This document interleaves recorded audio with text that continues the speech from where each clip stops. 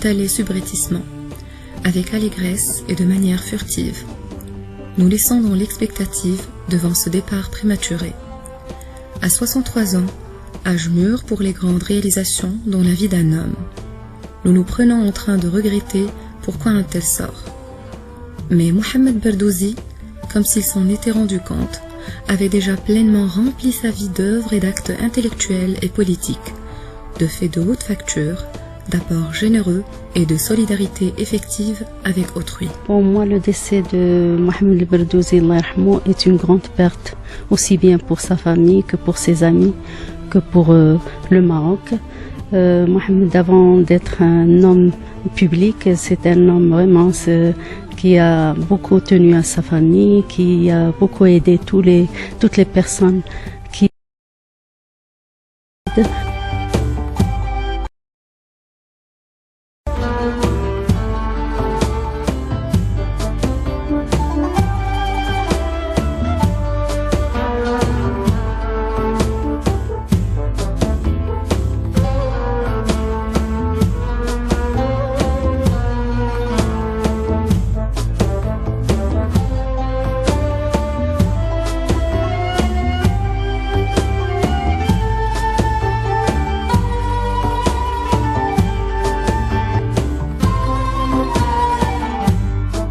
Mohamed Berdouzi a été durant ses moments de liberté un autodidacte averti et pointilleux.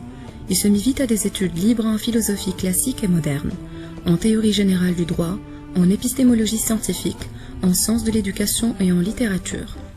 L'homme a été, entre autres, diplômé de l'École nationale d'administration publique, diplômé des études supérieures en sciences sociales et docteur d'État en droit public et en sciences politiques. باش تعرفنا تعرفت عليه حيت جا كتلميذ المدرسة الوطنية للإدارات العمومية اللي أنا ذاك جيت أنا دخلت كموظف وتما اللي كل شيء شاف عليه هو أنه اللي تلاحظ أن السي محمد بردوزي ما كانش تلميذ كباقي التلاميذ العاديين، كان شعلة من الذكاء تتبان فيه مرة الأولى، وكان كذلك رجل اللي كيف تقول تطيرها في السماء. Mohamed Berdouzi s'est engagé très tôt en politique. Il sera l'un des fondateurs de l'organisation 23 mars. Il allait faire partie de l'ADL en 2007. Sa participation à cette dernière s'est limitée à la rédaction et à la mise en valeur du manifeste politique du parti.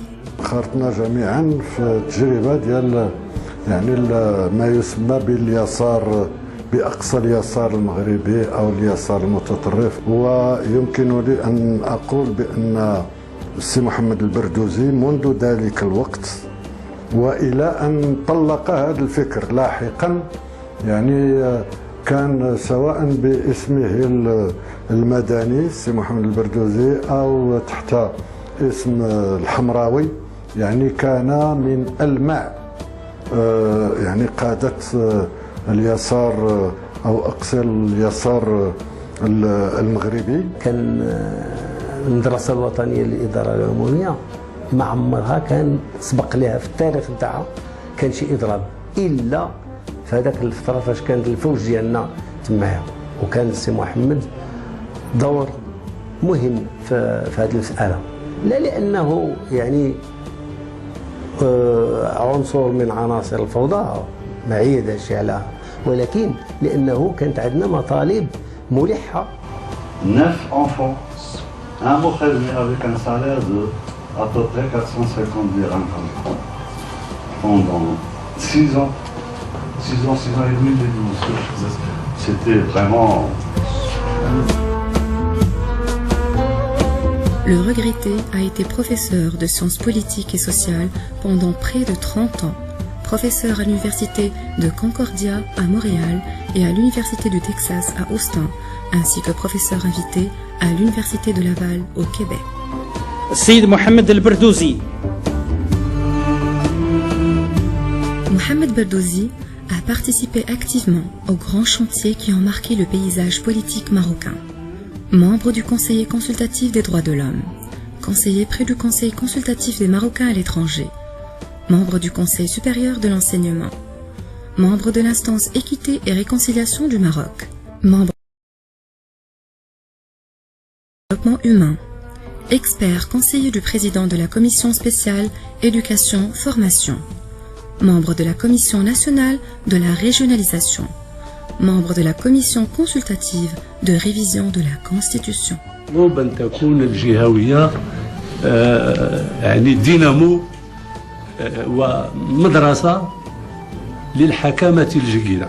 نلاحظ كيفية تدبيره لبعض المشروعات الكبرى في حياة مجتمعنا، مثل إسهامه الكبير في صياغة الميثاق الوطني للتعليم، والذي أرفقه فيما بعد بكتاب خاص في الموضوع.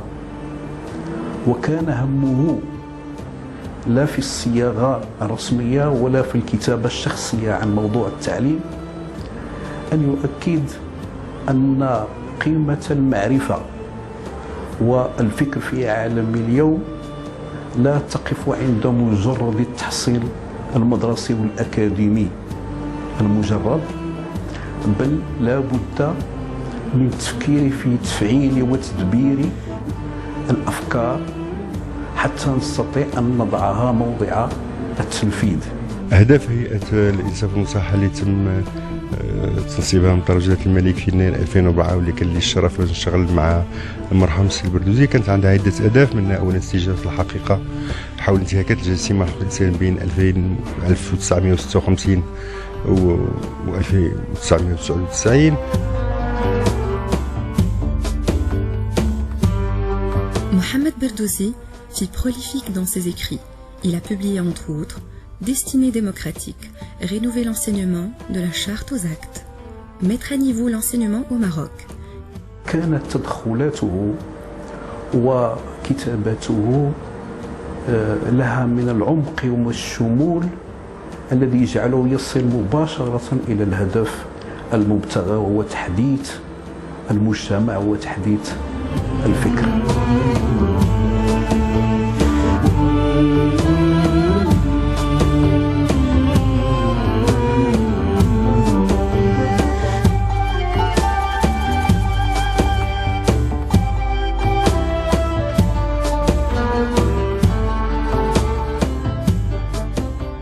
عكس ما يعتقد البعض، يعني ما كانش يعني من طرف السي محمد البردوزي ابدا اي تطليق يعني نهائي للسياسه، ولكن اللي يجب ان يقال وهو للاسف يعني ان السياسه المغربيه بصفه عامه يعني لم ترقى لانها تكون عندها القدره ديال الاقناع واستقطاب الناس بحال السي محمد البردوزي. اقولها يعني بمراره كبيره. البردوزي رجل المهام الصعبه، البردوزي المناضل السياسي ادى الثمن، المناضل الحقوقي انهى الرساله.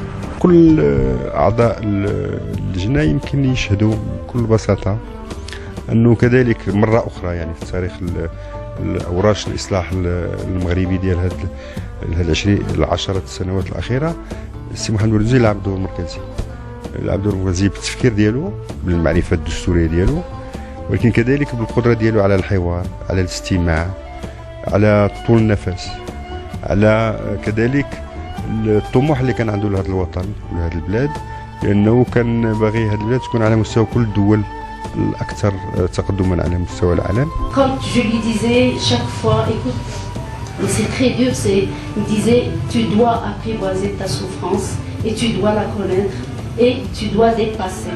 Ne reste pas là, parce que si tu restes là, c'est pas toi simplement qui va succomber, c'est moi aussi. طلعت الناس كتير مستويات عدة، رجل بقوة الفكر، تعقيد بقوة la puissance d'esprit que ce Mohamed. Il m'a marqué pour cela. Tu partageais avec feu les mêmes valeurs de dévouement pour la nation, pour le service public et les qualités morales et humaines, basées sur le respect d'autrui. Tel était l'homme. Sa vie fut remplie d'actes forts.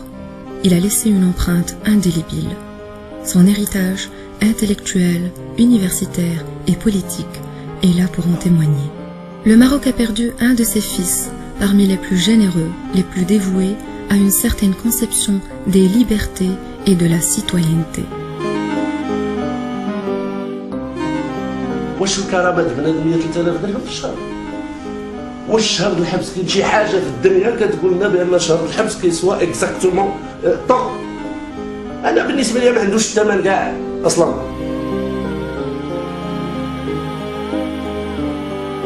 وداعا وداعا وداعا صديقي، يحزنني ألا تسأل بعد اليوم عن الأصدقاء. وداعا وداعا وداعا رفيقي، وداعا يؤلمني كثيرا ألا أقول إلى اللقاء، ألا أقول إلى اللقاء. وداعا وداعا